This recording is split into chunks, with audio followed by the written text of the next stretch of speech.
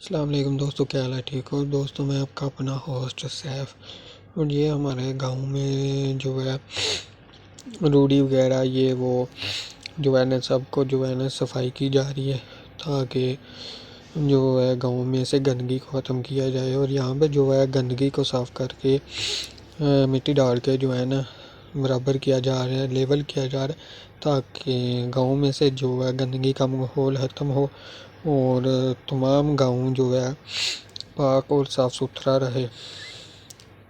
इसलिए जो है गाँव में सफाई का काम चल रहा है।